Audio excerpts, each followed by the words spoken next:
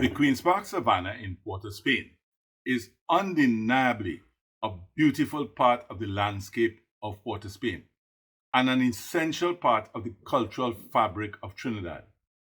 Yet the Savannah was not always what we see it to be today. So let us take a look at the uses of the Queen's Park of Savannah over the years.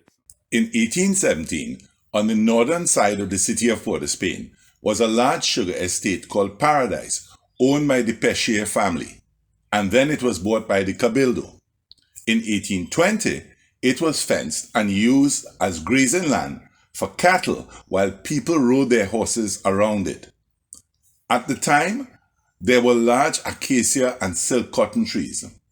At that time, the area was simply called the Savannah. In 1845, the colonial government decided that the name the Savannah was not a suitable one as it sounded backward and renamed the area the Queen's Park. Within a short period of time, people began calling it the Queen's Park Savannah.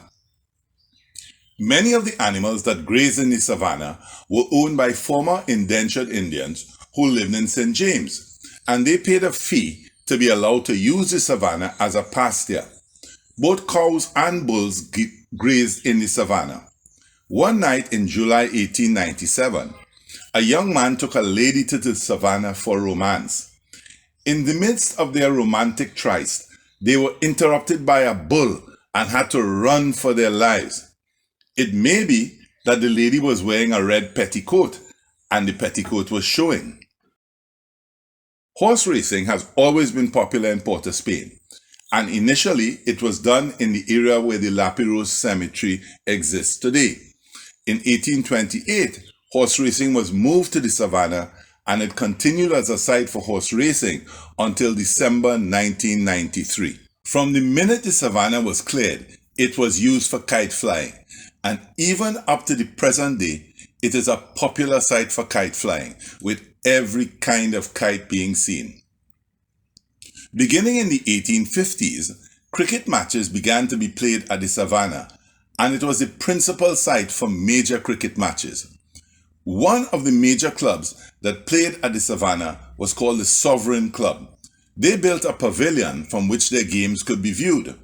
When that club moved to Tragedy Road in 1896, they wanted to maintain their link to the Savannah, and so called their club the Queen's Park Cricket Club, and their new location was called the Queen's Park Oval.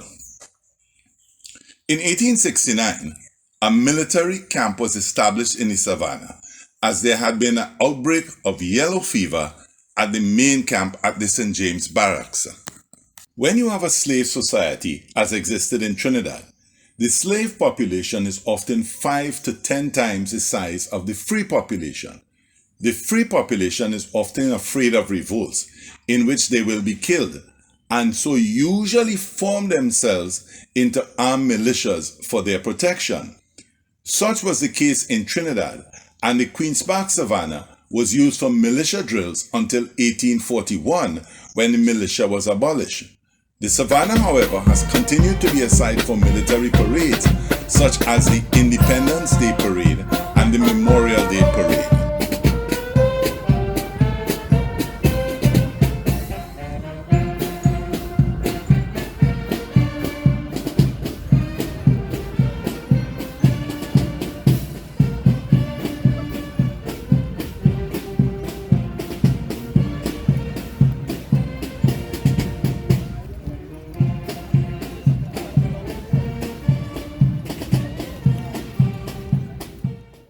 Between 1890 and 1925, polo was played at the Savannah, in the area to the east of what is presently called the Hollows. Games were held on Tuesdays and Fridays. Another sport that began using the Savannah in 1890 was golf. In the 1890s, a club was formed and named after St. Andrew's Golf Course in Scotland. There is some debate as to when the club was formed, with some saying 1891 and others saying 1893. There was a 9-hole golf course that went around the Savannah, beginning at the site of what was the finishing site for the racetrack and ending opposite the Queen's Park Hotel.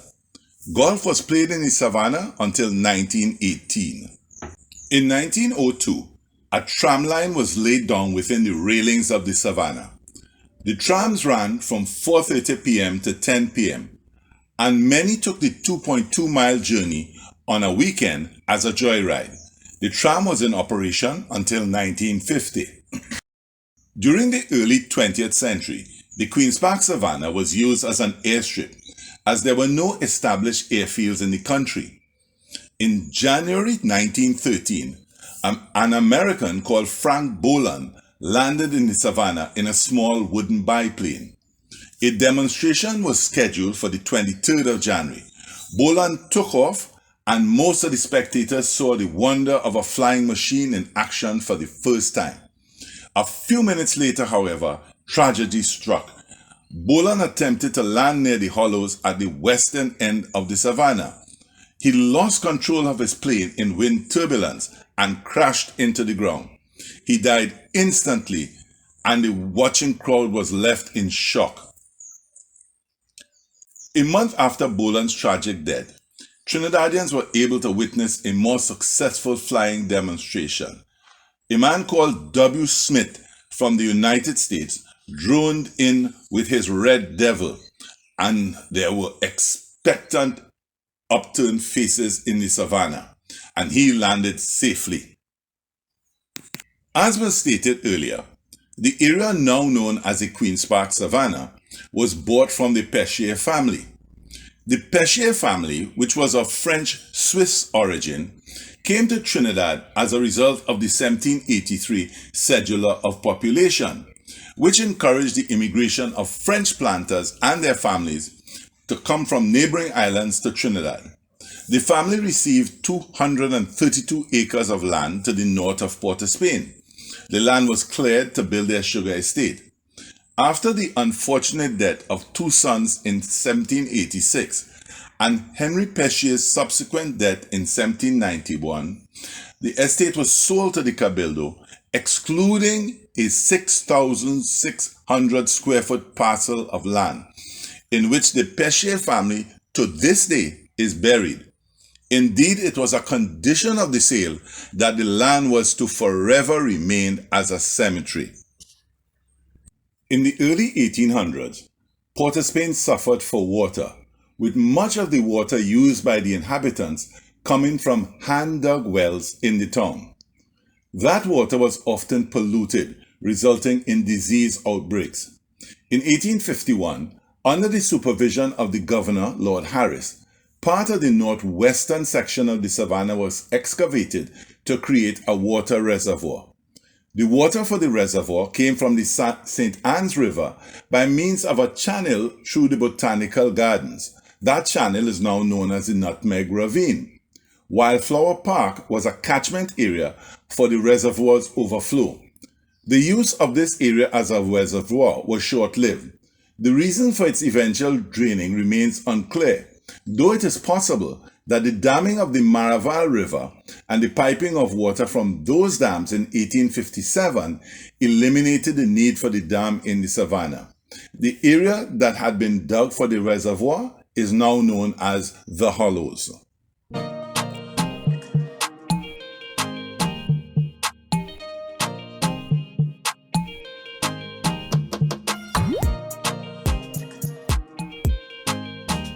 Beginning around 2004, people began offering local food for sale in a section of the Savannah on the southeastern side. Initially, it was a few persons selling food items, and quickly the number of vendors grew as it proved to be popular. Today, there's a nightly open-air food court at the Queen's Park Savannah. Specializing in local foods, the vendors would start selling around 6 p.m. and remain until about 10 p.m. In addition to purchasing food, many persons come to this area to hang out and lime, especially on weekends.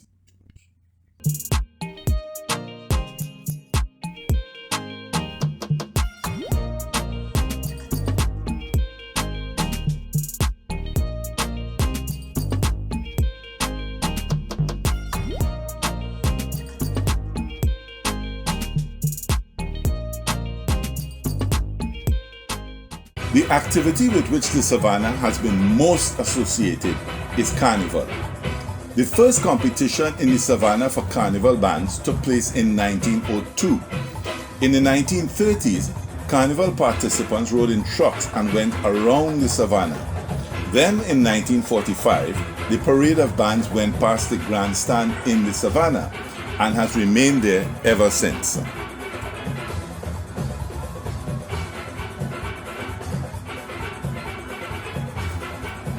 As we have seen, the use of the Queen's Park Savannah has evolved over the years and undoubtedly will continue to evolve in future years.